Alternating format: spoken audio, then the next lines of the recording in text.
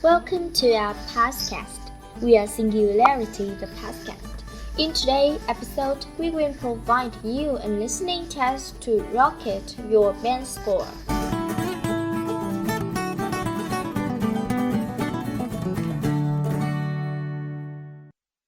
Cambridge English, IELTS 12, Test 8.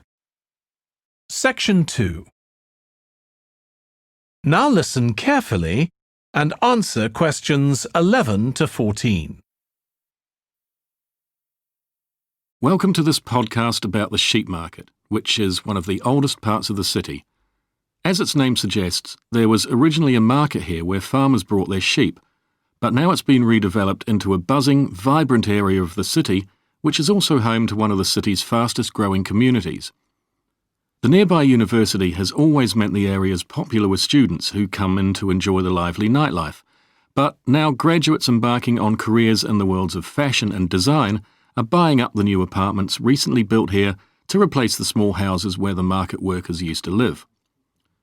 The narrow old side streets are great places for finding original pictures, jewellery and ceramics which won't break the bank, as well as local produce like fruit and vegetables.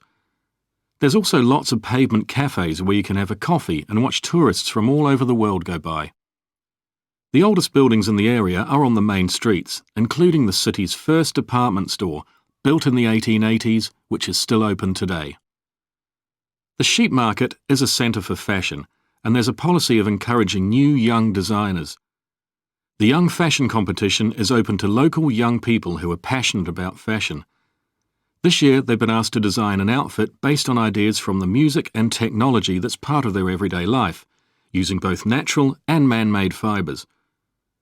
The garments will be judged by a panel of experts and fashion designers, and the winning entries will be modelled at a special gala evening. Parking at the sheep market is easy. There are plenty of pay and display car parking spaces on the roadsides, which are fine if you just want to stay for an hour or two. But if you want to spend the day there, it's better to park in one of the 4 underground car parks. It's not expensive, and if you can present a receipt from one of the local stores, you'll not be charged at all.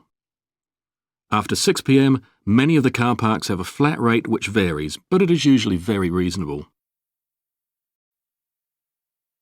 Before you hear the rest of the podcast, you have some time to look at questions 15 to 20.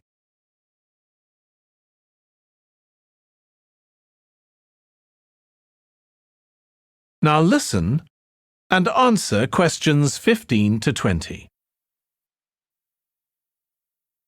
The sheep market is one of the main centres for art and history in the whole of the country.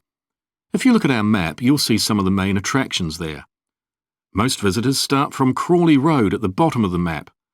The Reynolds House is one of the oldest houses in the city and is open to the public. It's on the north side of Crawley Road, next to the footpath that leads to the public gardens. The area is particularly interesting for its unusual sculptures. The thumb is just what its name suggests, but it's about 10 metres high. You'll see it on Hill Road, across the road from the bank. The museum's got a particularly fine collection of New Zealand landscapes. It's on the east side of the sheep market, on City Road. It's on the other side of the road from the public gardens, immediately facing the junction with Hill Road. The Contemporary Art Gallery is on a little road that leads off Station Square, not far from the public gardens. The road ends at the gallery. It doesn't go anywhere else. That's open every day except Mondays. The Warner Gallery specialises in 19th century art. It's on City Road, near the junction with Crawley Road, on the same side of the road as the public gardens. It's open on weekdays from 9 to 5 and entry is free.